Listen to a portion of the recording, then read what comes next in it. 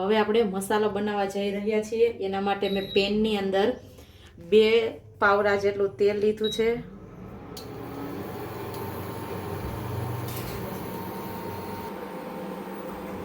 અહીં મેં 1 ચમચી ચણા દાળ, 1 ચમચી તુવેર દાળ, 10 થી 12 સિંગના દાણા, અડધી ચમચી રાઈ, અડધી ચમચી જીરું, 8 થી 10 પાંદડા લીમડાના, તજ, લવિંગ, બાદિયા, આ બધું આપણે પેલા તેલમાં નાખશું. વઘારને સારી રીતે હલાવશું.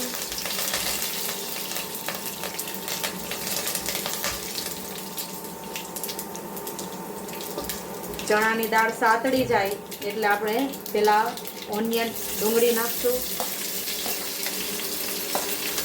ડુંગળી મેં એક મીડિયમ સાઈઝની લીધેલી છે.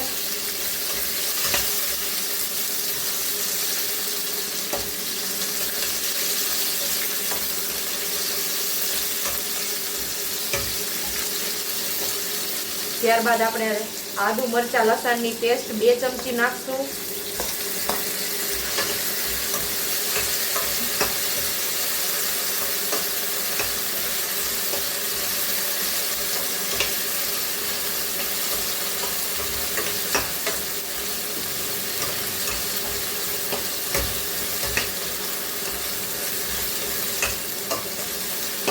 અહીંયા આપણે ડુંગળીને ગુલાબી કલર જેવી નથી થવા દેવાની, એ પહેલાં જ આપણે ટમેટું નાખીશું. ડુંગળીને આપણે અર્ધ કચરી જ રાખવાની છે.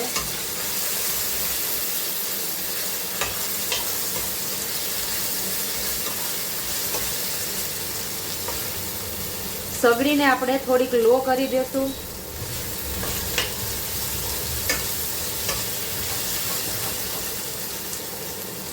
હવે અહીંયા આપણે થોડું થોડું પાણી ઉમેરી અને આપણે મસાલાને પાકવા દેશું.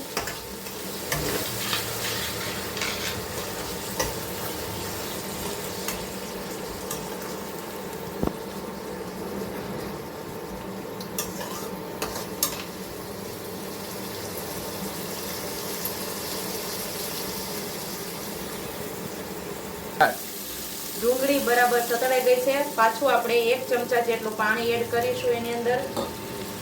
હવે આ પાણી થોડું ગરમ થઈ જાય ત્યારબાદ આપણે મસાલા એડ કરીશું.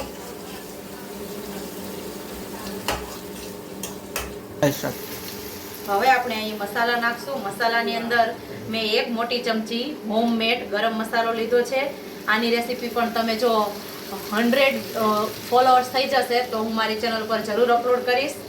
અડધી ચમચી હળદર, 1 મોટી ચમચી લાલ મરચું છે, એની અંદર અડધી ચમચી આપણે કાશ્મીરી મરચું લીધું છે, 1 ચમચી ધાણા જીરું છે અને અડધી ચમચી મીઠું છે.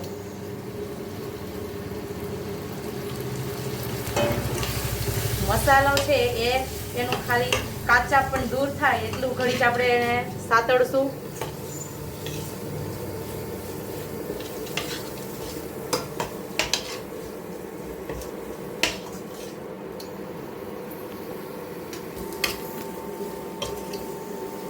મસાલો હવે આપણો બરાબર થોડો ઘણો પાકી ગયો છે એટલે આ સ્ટેજ ઉપર હવે આપણે અહીંયા 1 આખો ગ્લાસ પાણીનું નાખશું.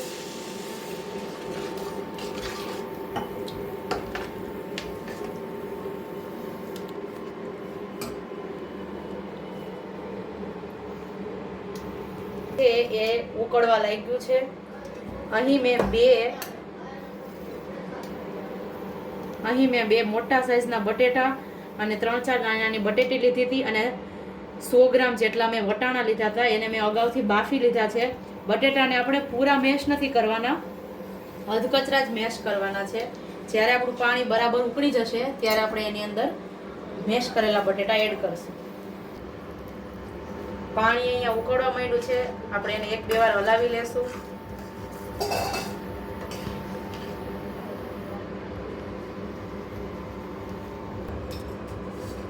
ઓલ ઓવર મેં 3 થી 4 મિનિટ સુધી પાણીને ઉકાળેલું છે. હવે આપણે આની અંદર મેશ કરેલા બટેટા એડ કરીશું.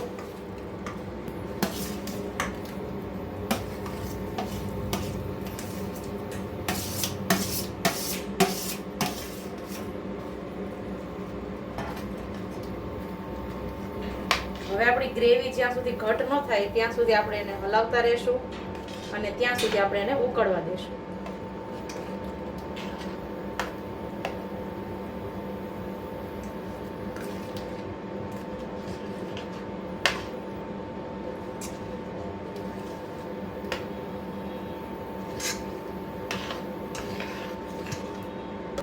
સ્ટેજ ઉપર આપણે અહીંયા 1 ચમચી ખાંડ એડ કરીશું.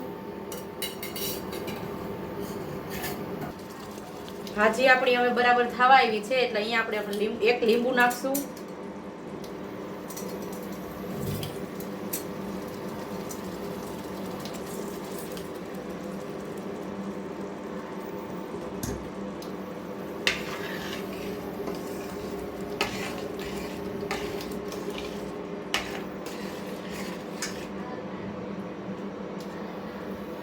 આ સ્ટેજ ઉપર આપણે હવે લીલું લસણ અને ધાણા એડ કરીશું.